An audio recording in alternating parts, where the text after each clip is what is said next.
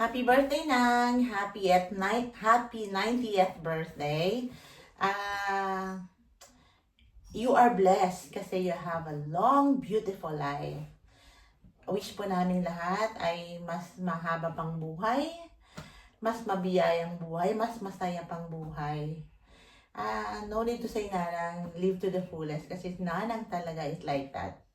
Talagang makikita mo na she really enjoy her life. And this is really inspiring to us, the young ones, kasi talagang kailangan ini-enjoy ang buhay.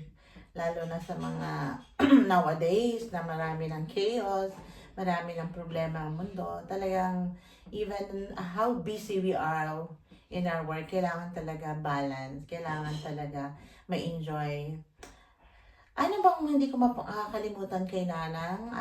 Nung nandito siya sa UK, I get to know more Nanang kasi yun nga, nung nag-visit siya sa amin dito sa UK, makikita mo talaga how positive she is. Magaan ang buhay, dinadala ni Nanang. So, siguro, yan ang secret ni Nanang kung bakit she reached this blessed age. Kasi talagang magaan dinadala ni Nanang ang buhay. She always choose to be positive. Laging maganda lang yung aura. That's really good kay Nanang. Yun ang legacy ni Nanang. And not only that, Nanang got a beautiful heart. Laging masaya para sa iba. Laging, yun talaga si Nanang. I remember, pag pupunta kami kina Ate Mai, talagang si Nanang may list pa yun ng kanyang mga kakantahin. So, nakakatawa kasi sa edad niya ng ganon, talagang she knows how to entertain herself. Lalo na sa mga bansang malamig na tapos lahat kami nag-work. So, pag nakita niya talaga, napunta ka sa kanya doon, talagang Nanang talaga ini-enjoy niya yung time kung sino yung nakapaligid sa kanya. And that's very inspiring. Masaya kami na nandiyan ka na sa Philippines, although namimiss ka rin namin dito kasi mas marami nang magagawa ang edad nyo dyan sa atin sa Pilipinas. You are blessed kasi sa Canada, you have Tita Mel, dito si Kuya Boyet. Now, it's time for you to enjoy your children naman dyan sa Philippines. Tapos maganda naman ang weather sa Philippines. Mas marami kayong magagawa, mas makakapaglakad kayo ni Daddy.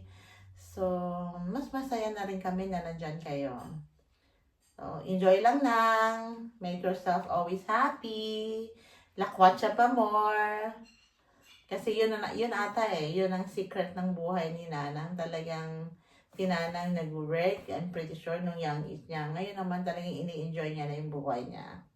So sa aming mga young ones, yun pala, yun ang pinaka-secret na pwede naming ma-learn kay Nanang. Na kahit pang work ka ng work dahil sa dami mo nung binabayaran, we have to put balance sa buhay namin. So, ang balance ni Nanang, talagang nag-work siya, tapos, then, she traveled a lot, you see the world. So, yun ang nakakatuwa kay Nanang, very inspiring. So, happy birthday po, Ninang. Regard to everyone. Enjoy your day. Regard kay Daddy. We love you dearly, Nang. We are very grateful to you. Maraming panahon na talaga you're very warm to us. Pero siguro ang isa talaga tumatak sa aming magkakapatid nung when tatay passed away. You are very empathetic. Talagang we feel the family and we're very, very grateful to you. Talaga, hindi ko yan makakalimutan. Me personally, hindi ko yan makakalimutan kasi during the time, it was really, really challenging for us. But with your hugs, with your empathy, talagang mapifeel mo kung gaano ka nilulook after ni Nanang. And we're so very grateful to you, Nang. Again, thank you po and happy birthday. We love you, Nang. Hope to see you soon.